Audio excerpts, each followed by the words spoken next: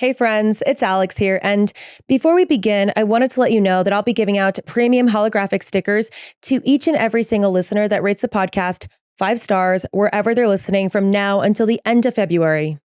That's right. All you have to do is send me a screenshot of your rating along with the best mailing address to my email at darklyspeakingpodcast@gmail.com, or feel free to DM me on TikTok and Instagram at darklyspeakingpodcast. Thank you all so much for being here, and back to the show.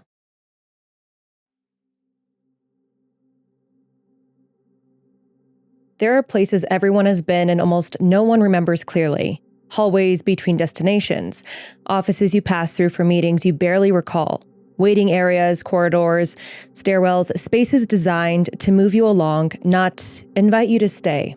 You don't necessarily remember how they looked, not in detail anyway, but you do remember how they felt. The flat lighting, the quiet hum, the sense that time behaved differently there. Most of the time, you pass through without thinking, but sometimes you don't. Sometimes your sense of direction slips. Sometimes the space repeats itself. Sometimes minutes stretch into something harder to measure. In 2019, an image appeared online that seemed to capture that feeling with unsettling precision. It wasn't labeled or explained. There was no story attached to it at all. Just a photograph of an empty, office-like space that felt instantly familiar, even if you couldn't place why. People didn't respond to it with fear because it was new. They reacted because, well, they recognized it.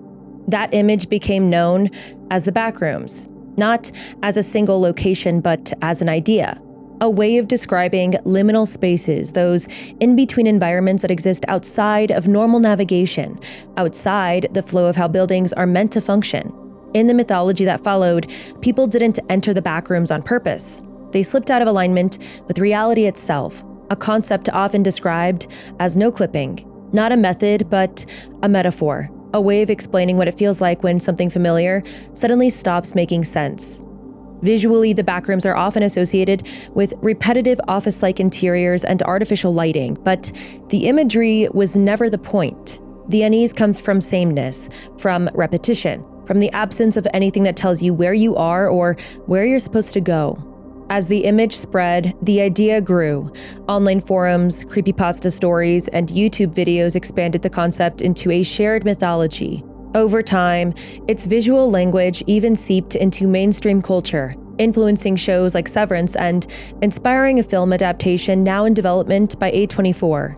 Not as a franchise, but as a vocabulary, something people could point to when trying to describe a very specific kind of unease, that nostalgic, surreal, fever dream-like logic.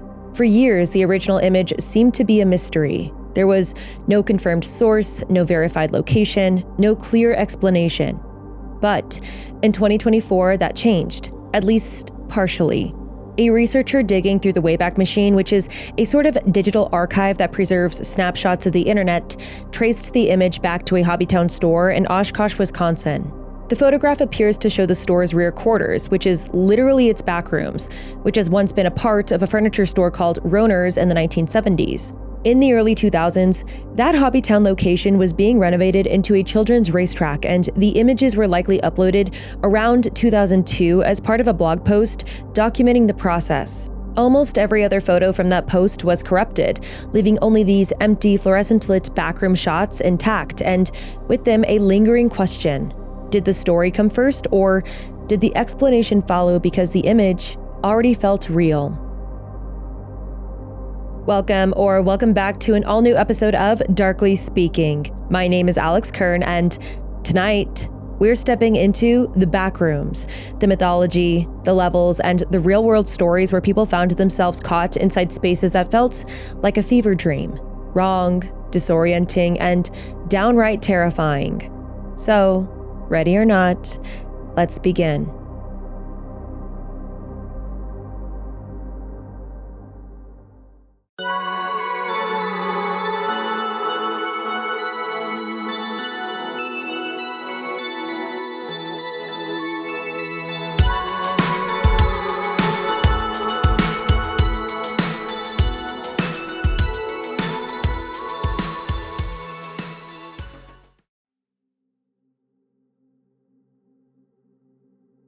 A few years ago, I came across a Reddit thread about the Catacombs of Paris.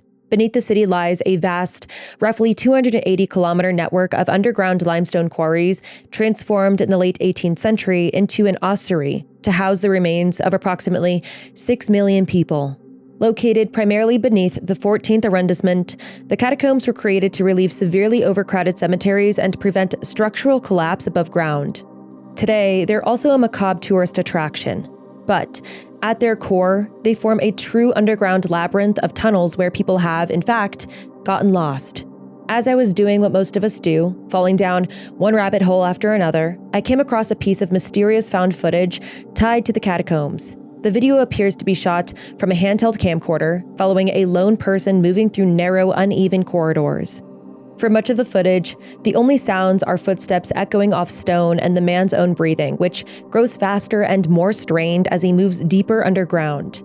Symbols and markings begin to appear on the walls, arrows, letters, crude figures painted directly on the rock, suggesting attempts to navigate or mark a path. Then, without warning, the camera slips from his hands and drops into a shallow puddle of water. The man keeps running without it, disappearing into the darkness and leaving the camera behind. His fate is unknown and his identity has never been confirmed. According to Frederick Friedland, who later discovered the footage, the man is believed to have wandered into the deepest sections of the catacombs sometime in the early 1990s and became lost.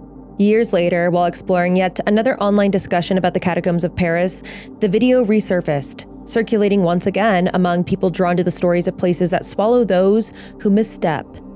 The Paris catacombs are not a small or contained space.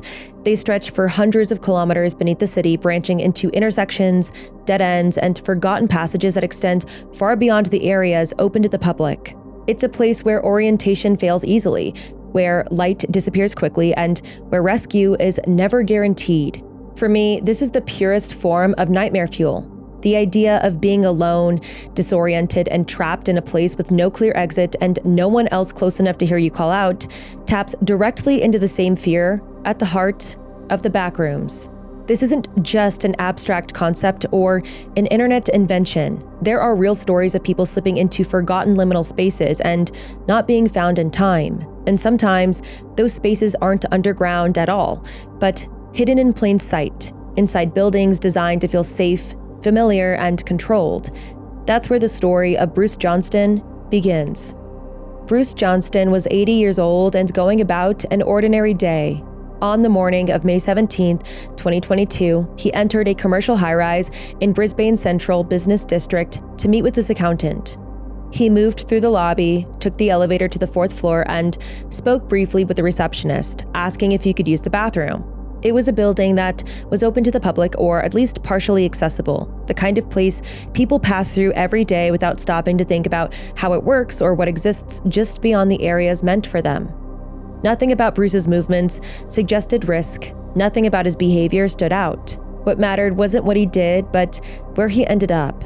Instead of returning, he stepped into an area of the building that was never meant for public use. Near the elevators on the 4th floor was a small alcove with 3 doors. One marked for the men's restroom, one marked for a unisex restroom, and a 3rd door positioned just between them. That 3rd door carried a laminated A4 sign that read, "No exit." The men's bathroom sign was mounted on that same wall, close enough that the doors didn't immediately feel distinct. That door opened onto a small landing, then through another door and into a disused internal stairwell. What he didn't realize was that he had crossed the threshold from a public area into a space with no clear way back.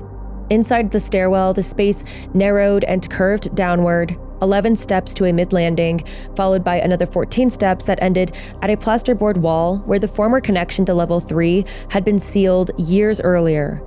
The stairwell was a remnant from when the same tenant once occupied both floors. When they moved out in 2016, the connection was closed off rather than removed. It wasn't designed for anyone to remain there because it was never intended to hold a person at all. The door behind him was fitted with an automatic locking mechanism. Once it closed, it couldn't be opened from the inside. There were no sensors, no alarms, no system in place to register that someone had entered. No one knew Bruce was inside. Time passed quietly, and Bruce never returned home that afternoon. When his family raised the alarm the following day, he was found deceased inside the disused stairwell only a short distance from the reception area. Tragically, Bruce wasn't discovered quickly. He remained alive for a period of time, alone inside a building that continued to operate normally around him. Nearby, people moved through their day, unaware that someone was trapped just out of sight. What shocked people most wasn't the distance, but the proximity, how close he had been to everyday activity, not because the space was remote, but because it wasn't. This wasn't the first time this had happened. Between 2020 and 2021, 3 other people had been trapped in the same stairwell. In one instance, a contractor literally had to force the door open with a crowbar. The building's facilities manager was aware of at least 2 of those incidents and didn't report them or take steps to address the hazard. An investigation followed, and authorities determined the stairwell posed an obvious and serious risk, including the possibility of becoming trapped or falling. That risk was later addressed quickly and at a low cost through improved signage, lighting sensors, deadbolts, and changes to the locking mechanism itself. Safety failures were identified, questions were raised about how someone could become trapped without anyone noticing. Fines and accountability also came later, acknowledgments that the systems in place had failed. But here's the thing, Bruce Johnston didn't just vanish, he disappeared without ever leaving the building. Around him, the building stayed alive, elevators rising and falling, doors opening and closing, voices passing through hallways, while he remained unseen in a space no one thought to look. It was hidden in plain sight, familiar, unremarkable, the kind of space people move past without a second thought. And in the next story, we'll see how a similar kind of overlooked space appears again in the disappearance of Bernard Gore. It's Friday, January 26th, 2017, in the eastern suburbs of Sydney, Australia. Bernard Gore, a 71-year-old retired barber from Tasmania, is visiting his daughter Melinda with his wife Angela. That afternoon, Angela and Melinda get a head start on some shopping, while Bernard plans to meet them later at Westfield Bondi Junction, a place they know well and have visited before, familiar enough to feel routine. The plan is simple. They'll arrive separately and meet outside a grocery store on the 3rd level at around 1:15 p.m., then continue the day together. Bernard leaves his daughter's apartment at around 12:30 p.m., carrying only $30 and an Opal travel card, and begins the walk toward the mall. Angela arrives at the meeting spot and waits. A few minutes pass, then a few more, but Bernard doesn't appear. At first, the concern is quiet and tentative. You see, years earlier, Bernard had disappeared once before during a night out in Hobart, missing for 6 hours before being found with little memory of what had happened. After that incident, he was diagnosed with early-stage dementia, though he resisted allowing the diagnosis to change how he lived. Concerned about the possibility of another episode, Bernard's family urged him to wear a tracking device on his wrist, but he refused. Remembering this, Angela begins searching the mall herself, moving through the levels again and again, scanning faces, pausing near entrances, retracing the same paths. There's no sign of him. Eventually, she goes home, reasoning that if he had found his way back once before, he might have done so again without thinking to tell her. Night falls, but Bernard doesn't return. What Angela doesn't know is that earlier that same day, staff inside a Chanel store noticed an elderly man who appeared disoriented and distressed, asking for directions to the parking lot. When they offered further help, he declined.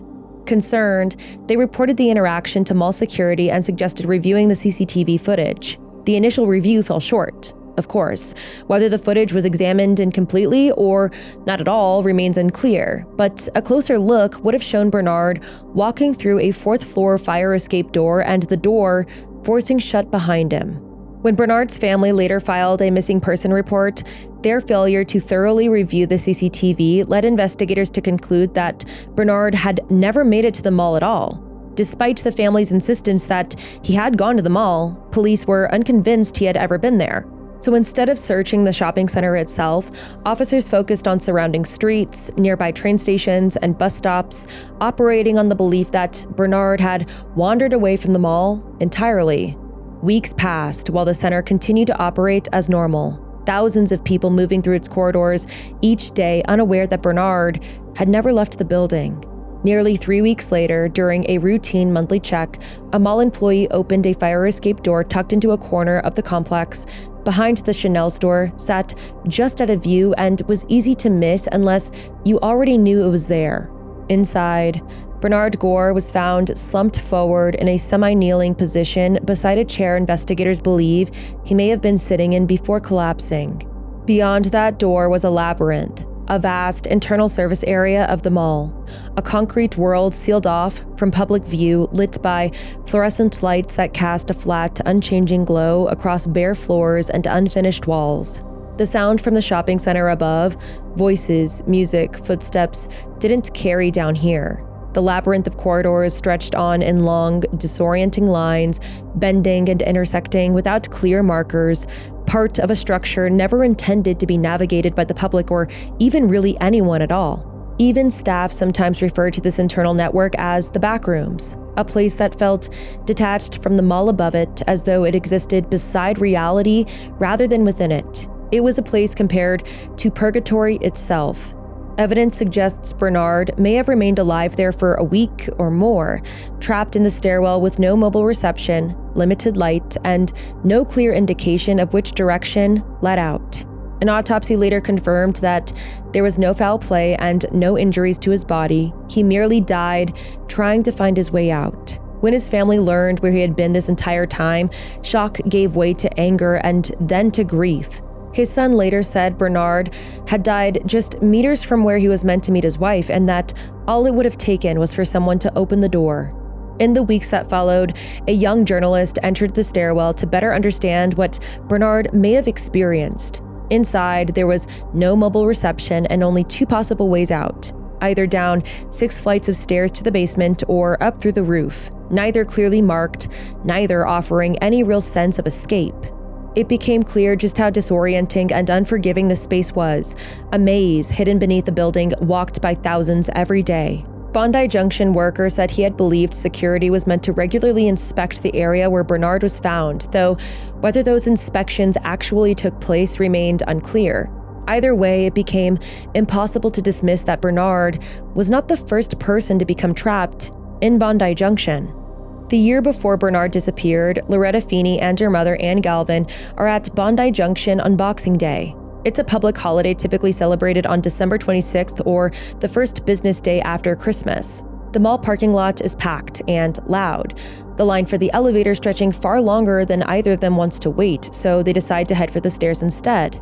The stairwell looks ordinary enough, bare concrete, fluorescent lighting, and before stepping inside, Loretta makes a point to check the signage. The only notice she sees reads, "Do not obstruct." As they enter, the heavy metal door swings shut behind them and the sound of the shopping center drops away all at once. The noise, the voices, the music, all of it disappears, replaced by stillness and the low mechanical hum of the building. They climb a few steps to the next level and try the door, but it doesn't open. They continue upward and try another door with the same result. Thinking the stairwell might be temporarily closed because, well, it is one of the busiest retail days of the year, they head back down to the door they entered from. But it doesn't open either. They knock with no response from the other side. Then, they begin frantically pounding on the door for 20 to 30 minutes, but the sound goes nowhere, swallowed whole by concrete. With only a weak phone signal, Loretta searches for a number for center management and eventually reaches a security guard who talks him through the stairwell to an exit several levels below in the basement, where they finally escape the nightmare. Later, Loretta would describe the experience as deeply unsettling, a disorienting stretch of time sealed inside a space that was never meant to hold them. Bernard was not able to secure that kind of escape. Westfield declined to answer questions about whether stairwell sweeps were routinely conducted or whether the door locked behind Bernard, trapping him inside. And even before Loretta and her mother had become trapped in that stairwell, similar incidents had occurred several years prior. In 2014, an Irish man named Donnie O'Sullivan nearly died after becoming lost in a Bondi Junction stairwell. He was last seen leaving a nearby hotel late at night and was reported missing by friends. Days later, by chance, a cleaning company manager checking on staff found him lying in a 6th-floor emergency stairwell of a nearby commercial building, roughly 150 meters from where he was last seen. The stairwell was typically cleaned once a week and was not scheduled for inspection for another 2 days. It was only the manager's unscheduled check that led to his discovery. O'Sullivan had fallen down 15 stairs and lay barely conscious for 5 days, just meters from an unlocked door, suffering from dehydration and serious injuries before being hospitalized. What makes these stories so unsettling isn't their strangeness, but their familiarity. A mall is meant to feel safe and ordinary. But beneath the storefronts and open walkways is a hidden world. Winding service roads that branch into passageways, stairwells that descend farther than expected, sealed elevator shafts, and narrow corridors that stretch on longer than they should. Some lead to forgotten utility rooms or old power systems, others to locked doors that haven't been opened in years. Inside, entire rooms sit frozen in time, filled with discarded furniture, headless mannequins, 80s arcade games, obsolete electronics, and remnants of past seasons that never made it back upstairs. These spaces can run for miles, forming a labyrinth that exists alongside the public building but never truly intersects with it. In Bernard's case, he didn't vanish so much as slip into that parallel layer of the structure, lost inside the architecture itself, where what looks familiar slowly turns eerie and disorienting, uncomfortably close to what people now call the Backrooms.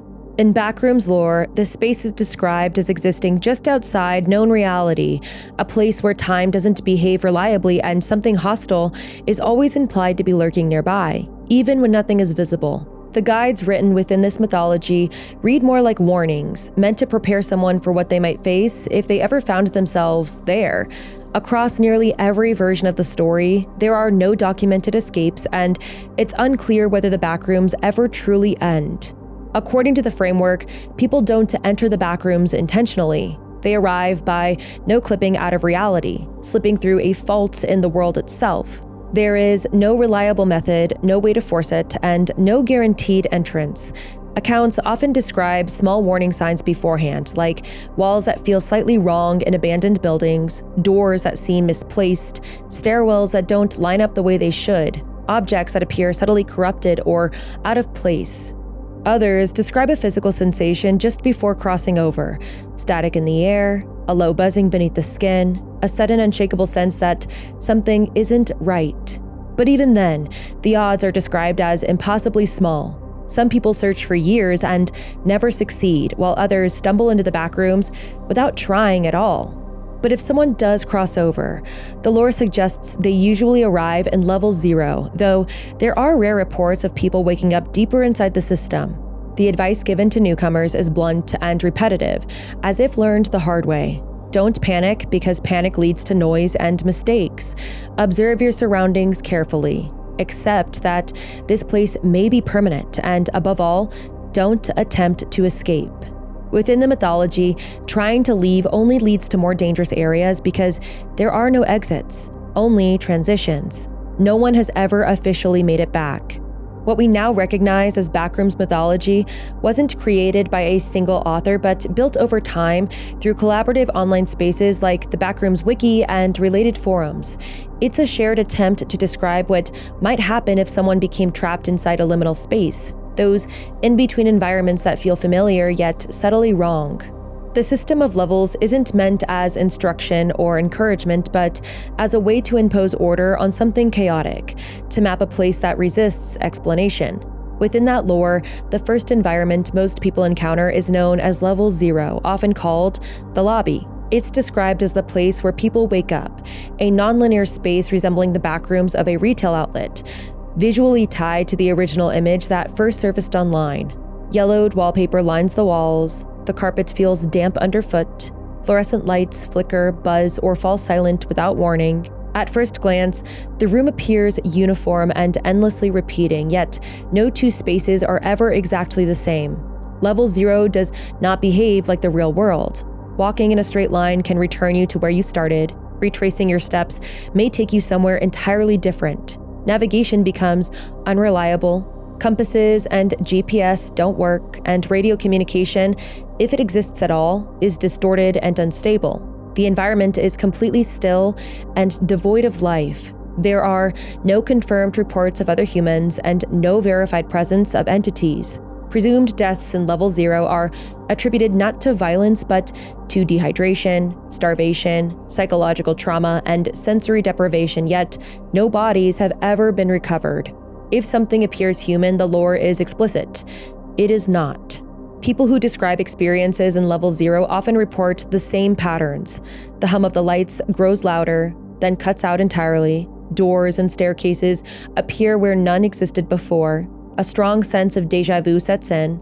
Some hear speech that sounds human but isn't spoken in any known language, or notice movement in their peripheral vision, shapes beneath the wallpaper, faint chittering sounds just out of view. Leaving level 0 happens the same way entering does, through no clipping and sudden transition. But leaving does not mean escape. It only carries you deeper into the system.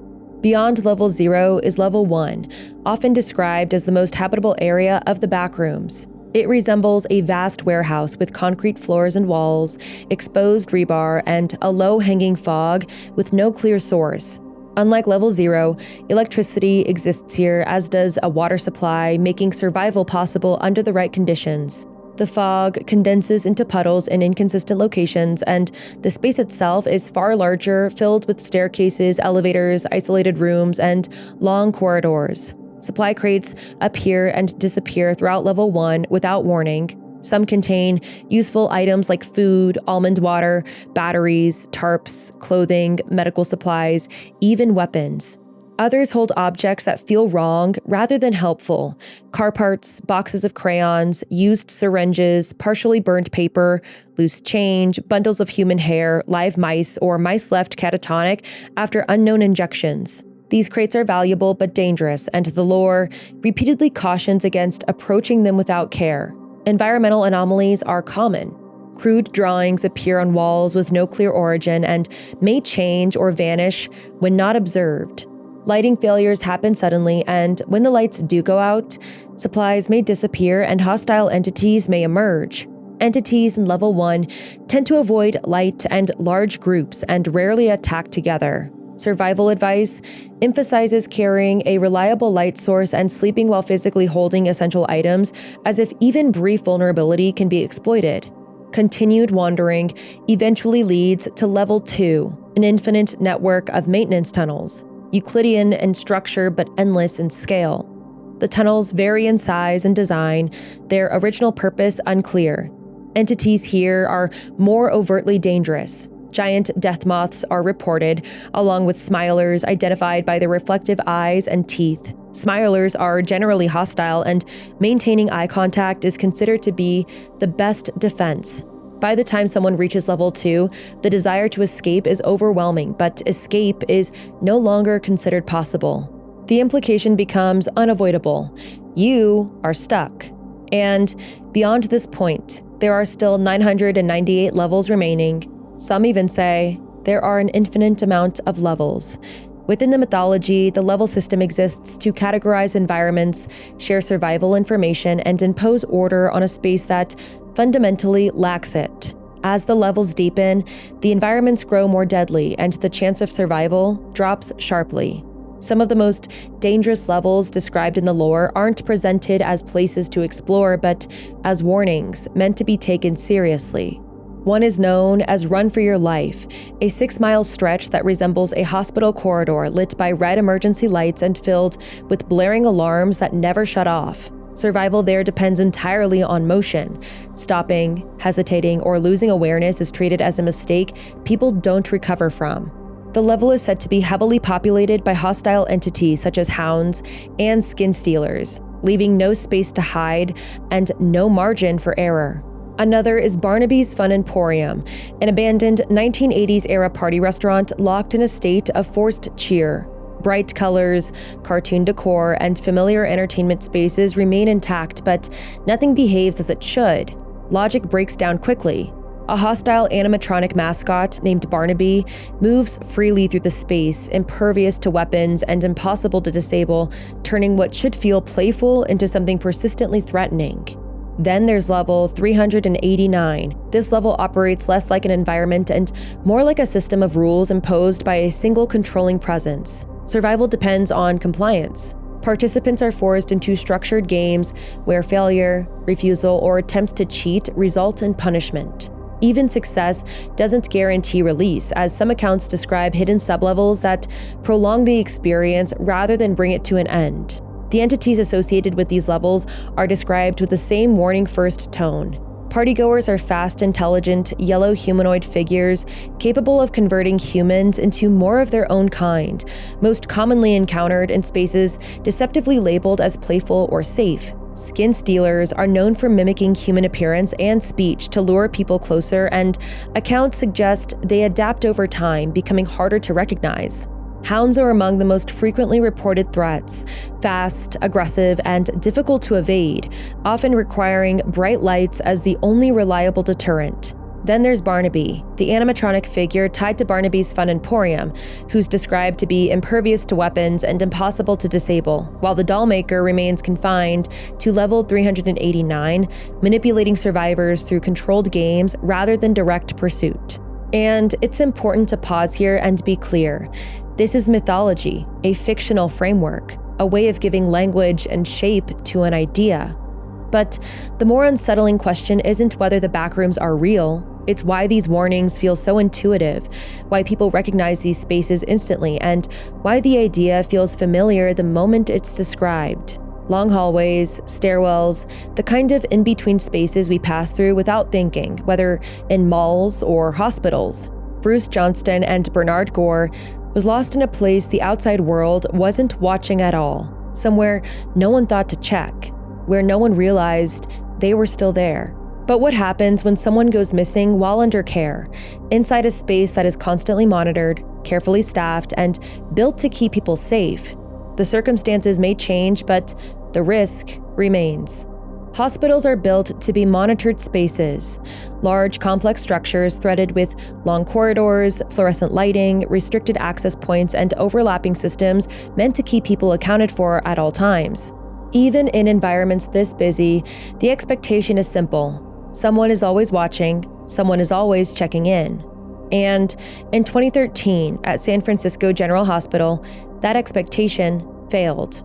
Lynn Spalding, a 57-year-old British-born mother of two, was admitted in September after experiencing delirium and weight loss. Doctors diagnosed her with a urinary tract infection, and she was hospitalized while recovering. A nurse was making her rounds when she noticed Lynn was missing from her bed. Staff began searching nearby patient rooms and surrounding areas, but when she wasn't located, police were notified. The search expanded and continued for more than 2 weeks. Multiple floors were searched, with patient rooms, common areas, and accessible spaces checked again and again. Despite sustained efforts and an active investigation, Lynn remained unaccounted for. But critical details were wrong from the start. Her race was misidentified, her clothing description was incorrect, and police did not formally classify her as a missing person for several days because she wasn't under a psychiatric hold. 17 days after Lynn disappeared, her body was found in a rarely used stairwell on the hospital's 24-acre campus, an area that had not been searched earlier. It was part of the hospital structure, close and accessible, yet overlooked as the search unfolded around it.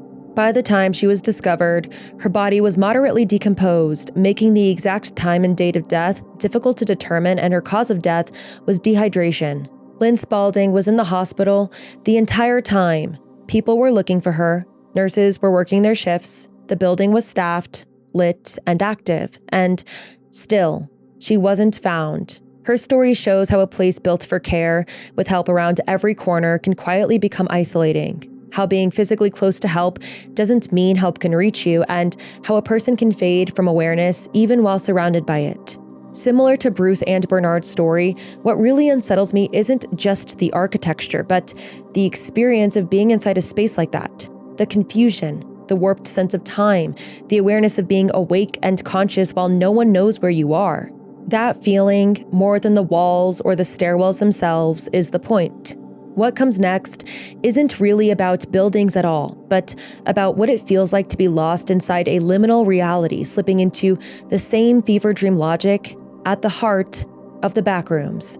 Before the Backrooms existed online, before there was lore, levels, or even a name, people were already having experiences that felt eerily similar. Recurring dreams, disorienting, endless labyrinths hidden inside ordinary in-between places. Spaces that feel familiar at first, like a school hallway or classroom with familiar people nearby, until something quietly shifts and that familiarity breaks. The person who shared this account is clear about one thing. It was a dream. However, they weren't familiar with the concept of the Backrooms at the time. In the dream, the boy's name is Lucas. It begins in a school, during what feels like a normal day. Lucas is walking through the building, following a teacher down the hall, when all of a sudden they end up in a hallway that didn't exist in the real school. As he steps into it, the teacher turns around and looks directly at him. In that moment, something breaks. Lucas looks down at his hands and watches it glitch, flickering, distorting, as if it's struggling to stay solid. The wall beside him does the same thing. The space itself feels unstable. Without warning, Lucas falls. There's no transition, no sense of movement through the space. It feels like standing inside a falling elevator, sudden, violent, and completely out of his control. He lands in a small room, 2 other people already there. The room is brightly lit, but there are no visible light sources, no lamps, no fixtures, no shadows. The walls are off-white, tinged with pale yellow. One side of the room opens into a larger space through a doorway that doesn't have a physical door. Beyond it, Lucas can see a wide, open area with multiple similar openings in the walls, each leading to other rooms or hallways. The 2 people explain that there's a creature somewhere in the space. They tell Lucas they need to stay together and protect one another. So, they hand him a weapon. While exploring the room, Lucas notices another opening on the opposite side. Short stairs that lead downward. So, he goes to them. The space below is even smaller. On one side of the room is a strange indoor children's playground built into the wall. It's made of bright primary colors, red, blue, yellow, but it looks incomplete, out of place, as if it was never meant to be there. In the same room, there's another opening that leads into a hallway stretching off to the right. Lucas doesn't go that way because he's afraid that the creature might be there. He goes back up the stairs and rejoins the 2 people. They stay together in the same room. Twice, the creature appears in the doorway, attempting to approach them. Each time, they use their weapons to scare it away. The creature is entirely black.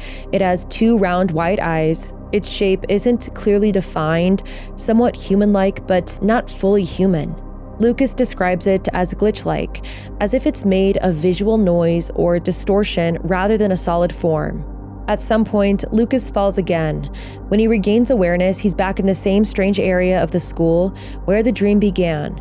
As soon as he moves, he falls once more and returns to the Backrooms. The dream continues on a loop until it ends abruptly when Lucas's alarm goes off. He wakes up completely disoriented. The Backrooms don't need to be a physical place to feel real. They appear in altered states. Dreams, exhaustion, disorientation, moments when the mind loses its grip on continuity. Waking up somewhere familiar at the wrong time, expecting people to be there, and finding no one. That feeling doesn't stay confined to dreams, because this next story is a real one, about an 11-year-old girl who woke up alone in a nurse's office late at night inside a school building that should never have been empty. In France, an 11-year-old girl arrived at her school expecting nothing more than an ordinary day. Around 11 o'clock, she began to feel unwell and told staff she had a headache and felt sick. So she was sent to the school infirmary to lie down and rest. About an hour later, she went to lunch, hoping the break might help, but the symptoms hadn't improved. She returned to the infirmary, lay back down on the bed, and eventually fell asleep. What no one realized was that there was no nurse on duty that day. As the afternoon wore on, the oversight went unnoticed. Staff moved through the usual end-of-day routines, classrooms emptied, lights were turned off, teachers and students left to go home. By the time the school closed for the weekend, the building had gone quiet, leaving the little girl still asleep inside the school and completely alone. At around 7 o'clock that evening, the girl woke up. The school was dark and unnaturally still. There were no teachers, no other students, none of the familiar sounds that fill a school during the day. No footsteps, no voices, just the low hum of night lighting and the growing sense that something was very wrong. Panicked and confused, she left the infirmary and began moving through the empty building on her own. Nightlights glowed along the dark hallways, lockers stretched down the walls, closed and silent. Eventually, she found her belongings and retrieved her phone. She called her mother, crying. You see, earlier that day, she had been expected to go to a friend's house after school, so her absence hadn't immediately raised concern. Once the call came through, police were contacted right away and her mother rushed to the school. The principal was notified and a staff member who lived nearby was alerted. That person came to the building and unlocked the doors, finally letting the little girl out. This was a place the girl knew well, a building she moved through every day, but encountered at the wrong moment in time. Falling asleep and waking up after the school's rhythm had stopped, when familiarity no longer connected to anything stable and the space around her felt dark, quiet, and disorienting. And that feeling doesn't end here. When controlled environments fall silent, when routines pause and safeguards stop cycling, the same disorientation can take hold. Familiar places turn strange, not because they've changed, but because the moment has. And that leads us to the final story, a woman who woke up alone, high above the ground, inside a plane that should have never been empty. It's June of 2019 when Tiffany Adams boards an Air Canada flight from Quebec to Toronto, a trip expected to last about 90 minutes with roughly 1 hour spent at cruising altitude. The flight is only half full, the kind of short, transitional journey designed to fade into the background of a travel day. Tiffany has an entire row to herself, and about halfway through the flight, she closes her eyes, intending only to rest for a moment.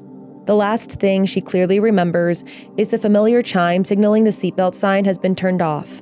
When she wakes up, the first sensation she feels is cold, deep, and sharp, followed by pain in her neck from having slept at an awkward angle, and the immediate realization that she's not in her bed.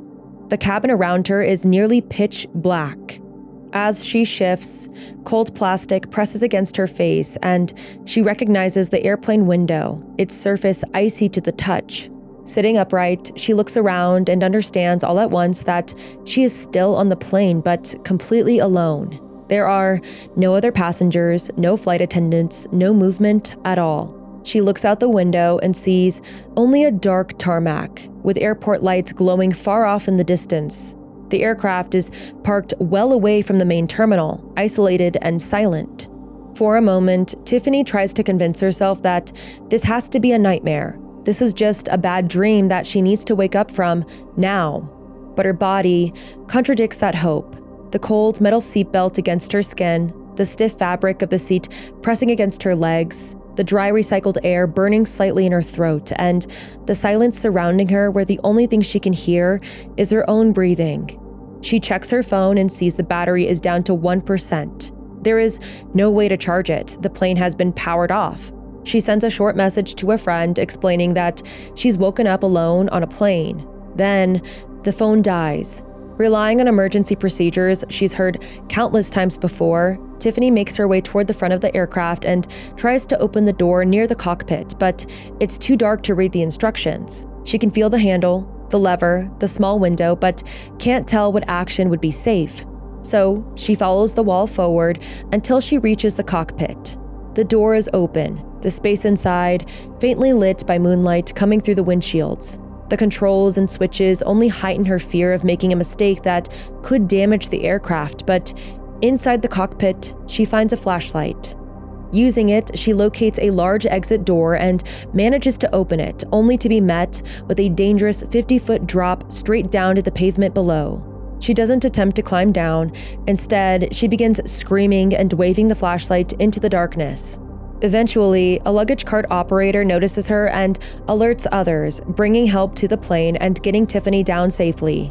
Later, Air Canada acknowledges what happened. Tiffany fell asleep during the flight and no one woke her. Both flight attendants and maintenance crews failed to notice that she was still on board. The plane was parked far from the terminal, powered down, with Tiffany left inside. In the aftermath, Tiffany reports night terrors and recurring dreams of being caught in a liminal space, somewhere cold, dark, alone, and trapped. The space we call liminal might be waiting just around the next corner. Sometimes it's one wrong turn, one door that feels slightly out of place, or a fever dream, followed by the quiet realization that you've woken up somewhere you don't recognize even though you should. You see, the backrooms work because they play on that possibility, the idea that spaces we pass through every day might have edges we don't notice until we cross them.